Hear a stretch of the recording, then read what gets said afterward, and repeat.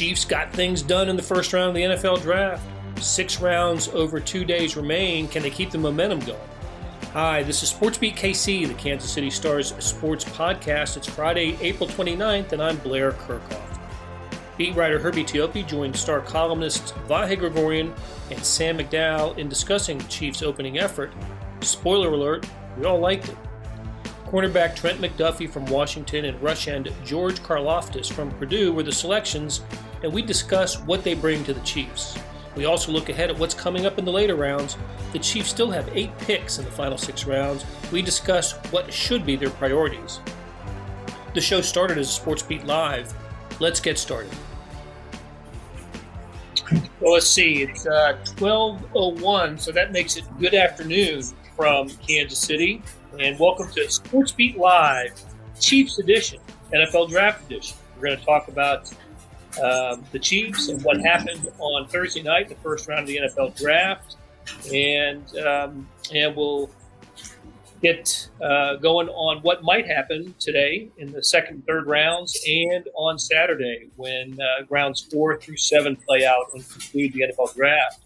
And before we introduce our fellows that are going to give us some great insights on this, wanted to shout out to Community America for their sponsorship today. It's great to have them on board, and you will hear from Community America a little bit later in the show. So, Herbie, let's start with what happened last night. Chiefs, of course, with 2 picks in the first round. They used both of them, even though they traded up. They traded up and didn't have to give up their second first-round pick in the trade, but got Trent McDuffie, the cornerback from Washington at number 21 after trading up from 29, and seems like they, I don't know, kind of got what they wanted here. They went into the draft with some specific needs, and those were fulfilled in the first 2 with this first 2 picks, starting with Trent McDuffie. Yeah, and you're right. Brett Veach kind of previewed this draft starting in the offseason, where he said defense was their priority. And so when they didn't address it specifically during free agency, the draft made perfect sense. And this is where they had to get their guys. I know a lot of national people were saying, wide receiver, but that was not a specific need. Their specific needs were on defense. So trading up to get McDuffie, they gave up the 29th pick overall, the 94th pick, one of their third-round picks, and then their 121st pick to move up and get Trent McDuffie, who is widely regarded as one of the top cornerbacks in the draft. So this is a fantastic home run hit for them to get a guy who can be a plug-and-play type starter. Now you go out and get George Karlaftis out of Purdue, and they needed to address pass rusher. So, look, if I'm grading this draft early, which I'm not, I'm going to wait until Sunday. Those 2 picks right there alone, that's an A, because they got what they had to get, and that's defense at cornerback and pass rusher. Okay, Herbie's excited about this. Let's see what Terrence Warno Robinson said. Love the direction of this draft so far. We went 2 positions of need, and both are 21 years old with upside and day one starters. Hard not to like the value of these picks. I agree. Sam, would you call it a home run pick, though, Trent McDuffie at 21? Well, I think they were very surprised he was available at 21. They did not anticipate making a move up for Trent McDuffie because they didn't anticipate that he'd be available sitting there at 21. And the Patriots, of course, are always a team that's willing to move back. So I actually thought going in that 21 was a pick to watch, because if the Chiefs were going to move up, that was a team that was going to be willing to move back. But I do think he's the third best corner in the draft. I had projected a different cornerback, one because I had him taking at 29 or 30, but also because, I thought Elam from Florida fit a Steve Spagnuolo mold as far as his length and his physicality. McDuffie's a little bit of a different cornerback than what we've seen here in Kansas City. He's 5'11". A lot of the scouts say that he plays bigger than that size. So maybe it's not quite as much of a surprise that they're going to fit him into Steve Spagnuolo's scheme.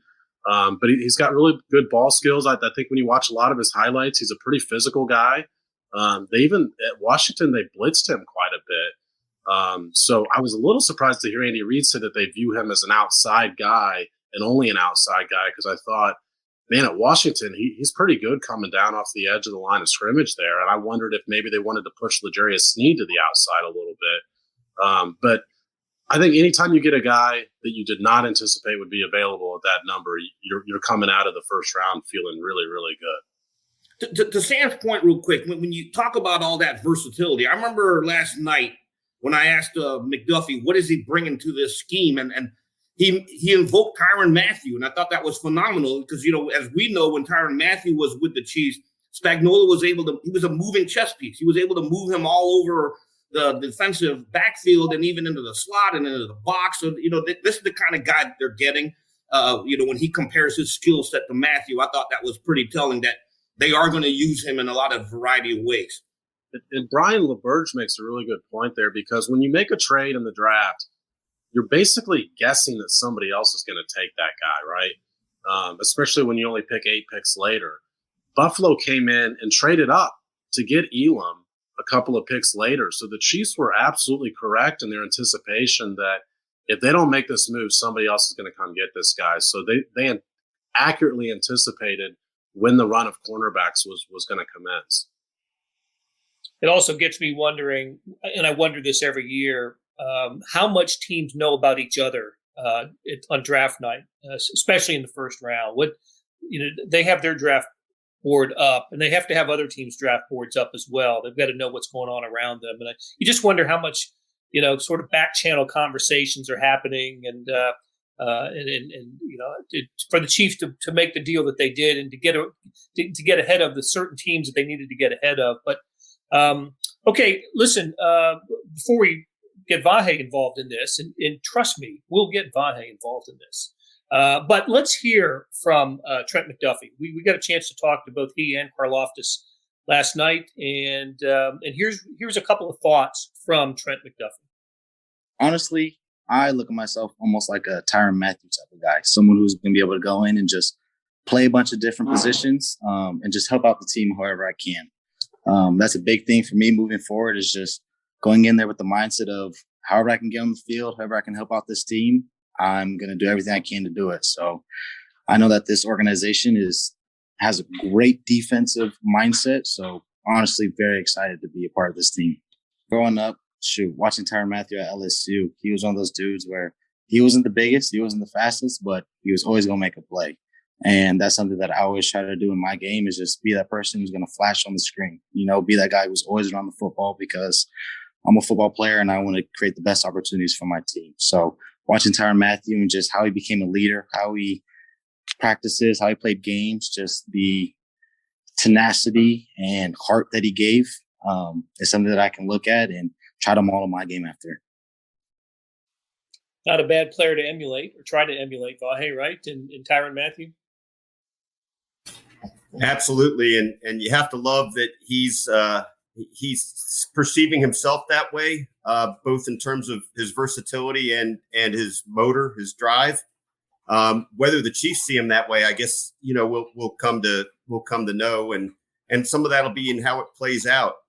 Just to go back to one thing really quick though, too, Blair. I mean, looking at Andy Reid last night, I'd be interested to know how you guys felt about this, but I think Andy was going to project being happy with these picks probably no matter what, but I thought he was downright radiant, and he invoked a couple of his real catchphrases with McDuffie when he was talking about loves the game, and he even dropped in the high octane for our guy George, which I thought, I don't know, I really thought Andy could hardly contain himself, but I may be just easily persuaded, but I wondered if you guys thought he was as elated as I thought he was. Well, he absolutely seemed pretty thrilled. Maybe he had a little memory of the last time they drafted a cornerback from Washington in the first round. That worked out okay for him. Turned out Marcus Peters was, I think he was NFL's Defensive Rookie of the Year that year, started from day one. And that was emphasized last night to some extent, that McDuffie and Karlaftis are expected to be starters from the get-go. But one thing about really admiring Tyrann Mathieu, that occurs to me is, Andy Reid said, and I think Brett Veach said it as well, that we fully expect to see McDuffie on the outside, as Sam alluded to just a little while ago. But the way that Chiefs play some defense, they can move some guys around in the defensive backfield. Herbie, don't you? Is there a possibility we can see? You think there's a possibility to see McDuffie move around a little bit? I believe so. We always seem to forget that the Chiefs have DeAndre Baker on the team as well. I mean, this is a guy who was a first-round pick just a couple of years ago. Last year had to still work his way back from the leg injury, but they have a lot of pieces there. You've got McDuffie, you've got Snead, you've got Rashad Fenton, and Baker. So can they get creative back there? I believe they can. I mean, McDuffie probably has the ability to also play safety. So, when you're in your nickel and dime packages, you got a lot of moving pieces, and we know that Spagnuolo loves versatility with his cornerbacks, and he has that with McDuffie. So Paul DeSantis writes, love both the picks, but how surprised were we when they traded up and didn't select Jermaine Johnson? Didn't he ended up with the Jets, I believe, right? And who I believe had a terrific first round. I know that's when the trade was made. Of course, we're sitting in the media room at the Chiefs practice facility, and we're watching it on TV like everybody else. We don't get a heads up that a trade is happening. We see it on TV, but that kind of gets us all speculating on what it might be. I did hear the name Jermaine Johnson come up a couple of times. Sam, were you surprised it wasn't him? So I thought it could be an edge guy, but I'd kind of heard before the draft that I did not think the Chiefs were going to draft Jermaine Johnson. And I know that, a lot of the mock drafts nationally had him as a top 10 pick. I think the fact that so many teams passed on him told you that was off. They were receiving some sort of poor intel, or they were missing something with Jermaine Johnson. So I know a lot of people wanted Jermaine Johnson, but you got to keep in mind with the Chiefs had a great need at both those positions, but they had a great need at cornerback. McDuffie was their top guy available of all players, not just cornerbacks on their list, and he's available there at 21.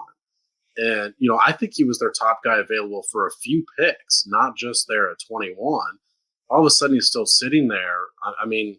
I just thought it made all the sense. And I'm not like the most advocate of trading up, especially, for a team that I feel like is going to have to be building their roster for a long time now through the draft because of these monster contracts, particularly the Mahomes deal.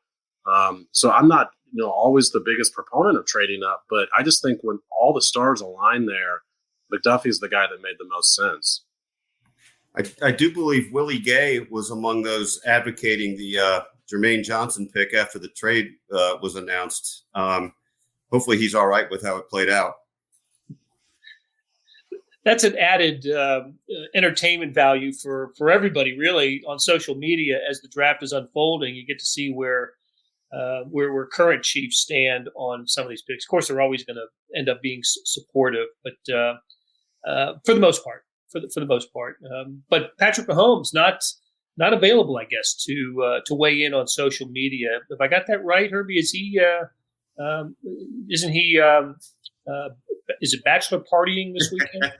Yeah, he kind of mentioned that on the first day of the Chiefs opening offseason workout program on the 18th, that he would be watching the draft from his bachelor party. He didn't disclose where it was, but yeah, he's kind of predisposed right now. I think he commented on the Mavs game, though. Oh, okay. I think he poked his head out for that. Happy for his Mavs to win in 6, but maybe he's ticked off about the direction of the draft for the Chiefs so far. But better take that back. So, okay, hey, we've got another draft pick to talk about, George Karlaftis, and we'll do that as soon as we return from this message from Community America. In KC, unbelievable things happen every day. Unbelievable.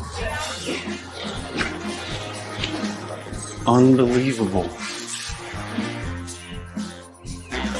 Unbelievable. That's why Community America does unbelievable things to move all of KC towards financial peace of mind. Because when you believe in unbelievable things happen. Join us at communityamerica.com. Hey, it's Blair. We have a special subscription offer for SportsBeat KC listeners, unlimited digital access to the Kansas City Star's award-winning sports coverage. Sign up now for 1 year of Sports Pass for access to all the sports news, features, and columns presented on the kansascity.com site, and it's only $30. That's a 40% savings off our regular rate. Your subscription will automatically renew after the initial term at $50 unless you tell us to cancel. Your subscription helps support the sports coverage of kansascity.com and the Kansas City Star, and that support has never been more important.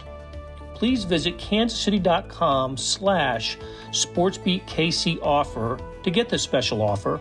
And as always, thanks for listening. But not so out of sight, out of mind that you can't jump on the SportsBeat KC Chiefs edition and comment for Community America. Good to know with Patrick Mahomes. So, yeah, a busy night for the Chiefs. Just think about this. 2 out of the last 3 years, we've gone to we didn't go anywhere. In what, 2? Was it 2 of them or just one? Was the draft open in 2021? I can't remember now. I don't think so, right? And certainly not in 2020.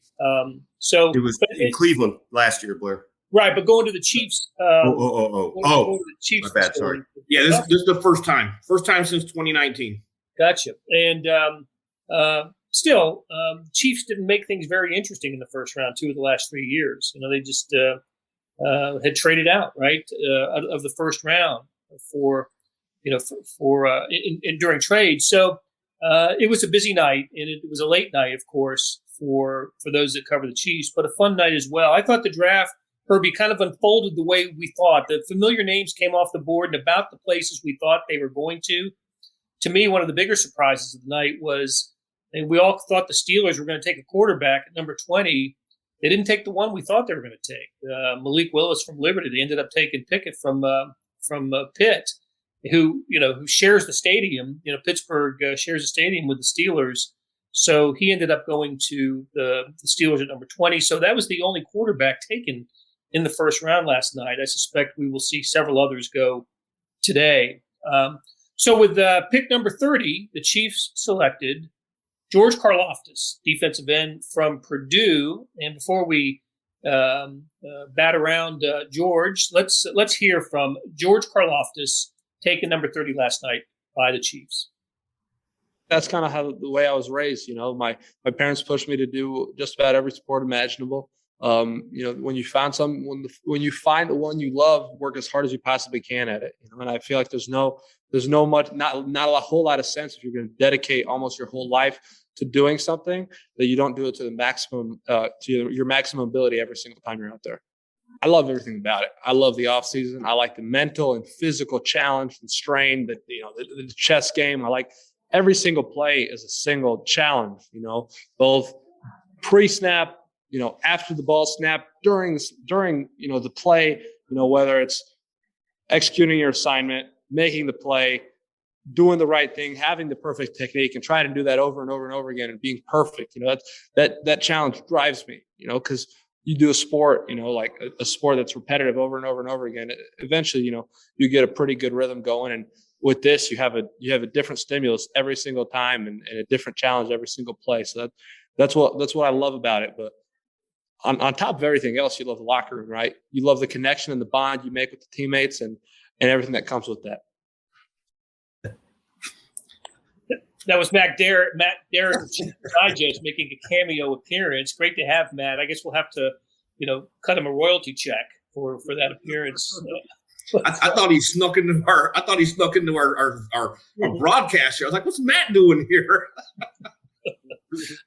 Always good to see Matt. But a lot going on there. Both of those answers were in reference to questions about just about what motivates him and Karlaftis.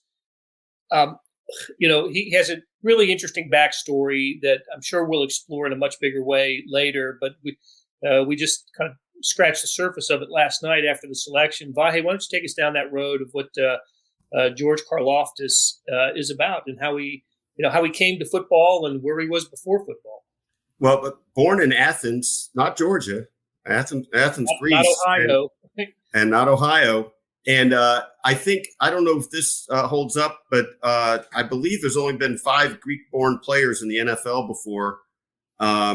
So here he is, and proudly Greek, right? I mean, he we were kind of joking about this last night, but he didn't even like the inference that maybe he just identifies Greek. No, he's Greek. He says he's a Greek citizen. He was there till he was 13, and he did come here at a strange and hard time of his life. It was after his Greek-born father died, and his American-born mother brought him here to West Lafayette. I believe they met in West Lafayette. But his background before then, he was most notably a junior national water polo player in Greece.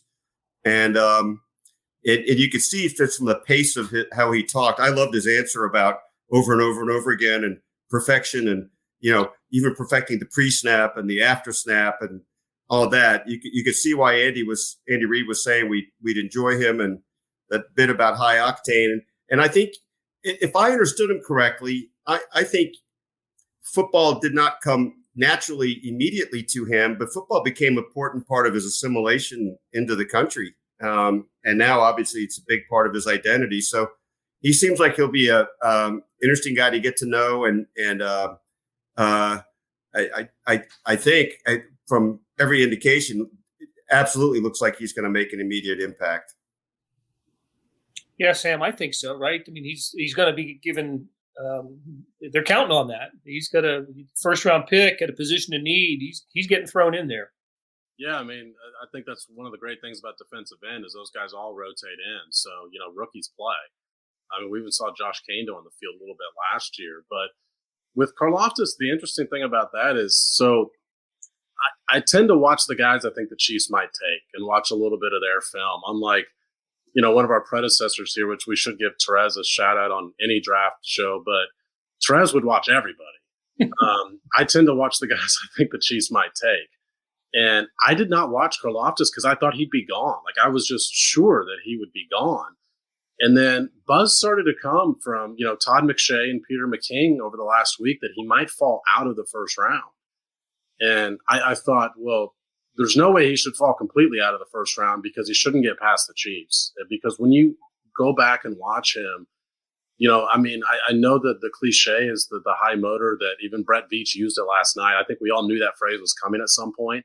But man, he just has so much energy on the field, and he's really physical with his hands. Now, his arms aren't extremely long. Maybe that's one of the reasons he dropped. But he's really physical with his hands. It was kind of funny. Adam Teicher from ESPN loves to ask Andy Reid about comparisons for players, and Andy always hates it. But he almost said one last night, and I do wonder who he might have been talking about because there had been some comparisons with Karlaftis, the way he plays, not the athletic ability, but the way he plays to J.J. Watt because he's so violent with his hands. Now, J.J. Watt also has really long arms. Karlaftis is not. So it's even more effective for J.J. Watt than it might be for Karlaftis.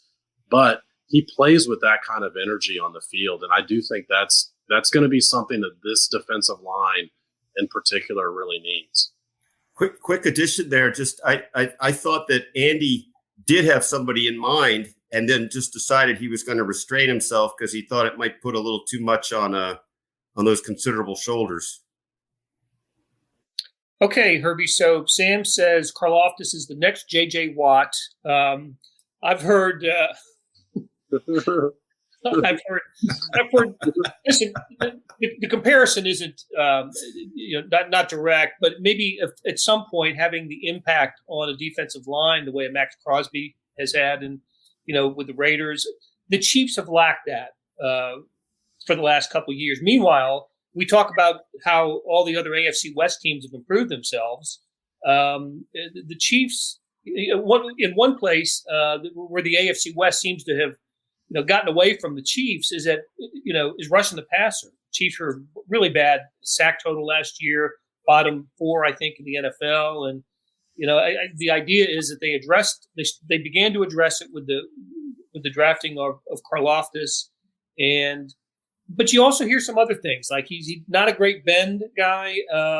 As Sam alluded to, his arm length is not ideal for NFL. That's when you read the pros and cons of his profiles, that always comes up. But one other thing, while I'm thinking about it, I looked at a consensus mock draft yesterday as it was unfolding, and of course they took about 1,000 mock drafts, and I'm sure Herbie's yours were part of it.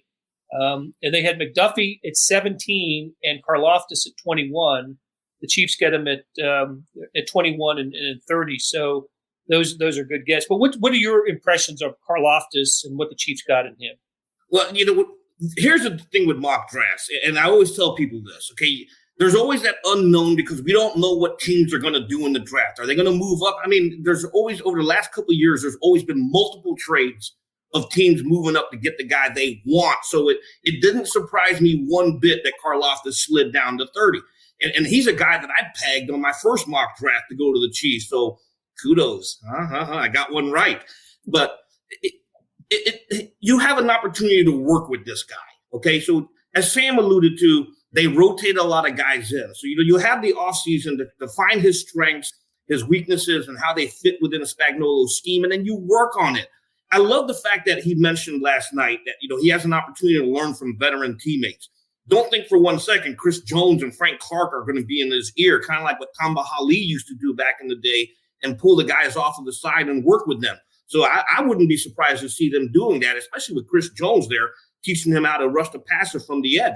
I thought it was a great pick. They needed to get a pass rusher. Karlaftis made perfect sense to me to grab it, especially after teams started moving up to get the guys they want. That caused a slide down. It happens every year. Absolutely.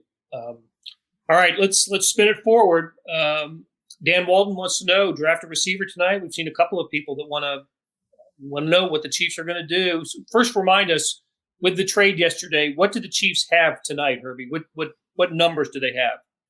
We'll have 2 picks in the second round and then 1 in the third. Of course, you're asking me this. I don't have the paper in front of me, but I think, hold up. Here we go. 50, 62, and 103. I think, they're going to have an opportunity to stay flexible. And, I asked Brett Viestat last night, how do you balance the wants versus needs? And he just said, hey, we have to go in there with the mindset to stay true to our draft board. And that means flexibility. Is wide receiver on the menu right now? I think it has to be. You missed out on all those big names on the first night, but there's a lot of players still available. Sky Moore is still available. George Pickens. I know Sam McDowell loves this guy. I love that guy too. He's coming off of an injury, but he was one of the Chiefs' top 30 visits, and you use that top 30 visit to look at medicals. So if they feel if they're comfortable that he's going to be healthy and he's available there at 50, I think he makes perfect sense to grab. Yeah, Sam, the receivers came off in a flurry last night, and it was kind of unreasonable to expect one of those, what was it, 8 that ended up getting drafted in the first round last night. What a change too, right? Wide receivers going off the board, and I don't think no running back was taken last night. That just doesn't happen anymore, does it? But wide receivers are very great class for wide receivers, and they were at a premium on Thursday night. Yeah, I mean, a great class, but also when you see the kind of money that these guys are getting, you'd rather get one in the draft instead. And, we not only did we see that many taken, we saw 2 traded, 2 high-profile number 1 guys traded with Marquise Brown and A.J. Brown going from Tennessee to Philadelphia. I think, I like Pickens a lot. I also think the Chiefs like Pickens a lot. I also like Sky Moore, the other guy that Herbie mentioned. He comes from FCS, right? So I think, and he's only, 5'10". So I think people look at him and think, can he stand up to the physicality of the NFL when he hasn't played against SEC football, when he is a smaller guy? But you look deeper, and he led that division in broken tackles for a wide receiver. So he can play physical, even though he's small. I think people probably underestimated Tyreek Hill's ability to play physical because of his height, but Tyreek Hill was a pretty powerful guy. I mean, he was really well built. I think that's what you see a lot in Sky Moore. So I don't know that those two guys are going to be available at 50, but I think they could go receiver. I think they still need a right tackle. And I think they need another defensive end. So I wouldn't mind seeing them take, whether it's today or whether it's Saturday, another edge rusher, because like we mentioned, those are guys you can rotate in. You'll find playing time for those guys. We think Frank Clark is in his last year here in Kansas City. You're going to have that need next year. Why not address it in a year where you've got 10 picks? Right. I was going to say they've got 8 more selections to go over 6 rounds. Is it unreasonable to think that they could actually go back and get more or trade up to if one of those receivers is, not taken among the first 5 or so tonight, could the Chiefs package, their second one, their first, second round and throw in the 4 or maybe a 7? I don't know. I don't know what the value. I certainly don't have the chart in front of me, but in terms of value, if they see one of those wide receivers, could possible for the Chiefs to make a move? Yeah, I mean, Herbie's already traded all 4 of their 7th round picks like 10 times last night. So I don't know that they have 4 7s left. For very personal reasons for Herbie. It's a long ride. So, all right. That's where we are. Chiefs have taken 2 picks in the first round. Trent McDuffie, the cornerback from Washington, and George Karlaftis, the Russian from Purdue. I think they're both going to be opening day starters. The question I have is whoever they draft at wide receiver, which I think is happening tonight, wherever it is in the draft, does that person come in and start for the Chiefs? I don't think so. You don't need him to start because you have McCole Hardman, you've got Marquez Valdez-Scantling, you have Juju Smith-Schuster, you can work into Reese Fountain. I mean, the Chiefs have the wide receivers where whoever they draft doesn't need to come in and start. Let's not forget Cornell Powell and his beautiful soul from last year. He had an opportunity to grow on the practice squad. Maybe this is the year. It took him a couple of years at Clemson to finally emerge, and this might be his year to finally step up.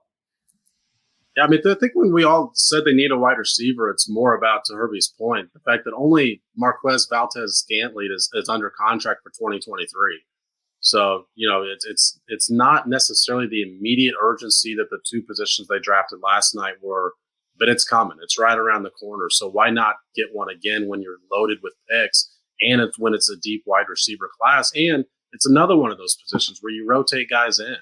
Even if he's your 4th wide receiver, he's going to get some snaps. Right. Totally see it the same way. And to Sam's point earlier too, and Herbie always wanting to trade away the picks. I don't see why they wouldn't be thinking hard about the right package to move up and get this sort of guy now, right? I mean, I don't know if it's identifiably their absolute greatest spot of need. It's probably not quite that, but I think with the look at what the future contracts are and the opportunity here, it's good to do that. But I'm really disappointed everybody's sleeping on University of Pennsylvania product, Justin Watson. He's just sitting there, and he's collecting dust in Herbie and Sam's reference points here. Don't sleep on him. Can you give us a scouting report, Vahe? Saw him play against the hated Yale Elis in 2017, I think. And he looked like an NFL receiver. Of course, that was against guys that might not have been NFL defenders. Well, one of us, if and when that happens, one of us will have to point the cell phone camera on Vahe when he makes his congratulatory call. As a love idea. My guy. That's right. Most of those pin receivers have to go on to do other things, I think. That might be true, but I seem to recall Tyreek Hill telling one of our lot that he was pretty sure he was pretty fast back in the day. So,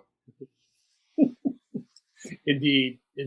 All right, guys, it was great catching up with you, and it was so much fun today, and I was so eager to get into the conversation that maybe for the first time in the history of SportsBeat Lives, I didn't introduce you. But I will we will include you on the outro. So big thanks to columnists Sam McDowell and Vahe Gregorian, and to our beat writer Herbie Teope.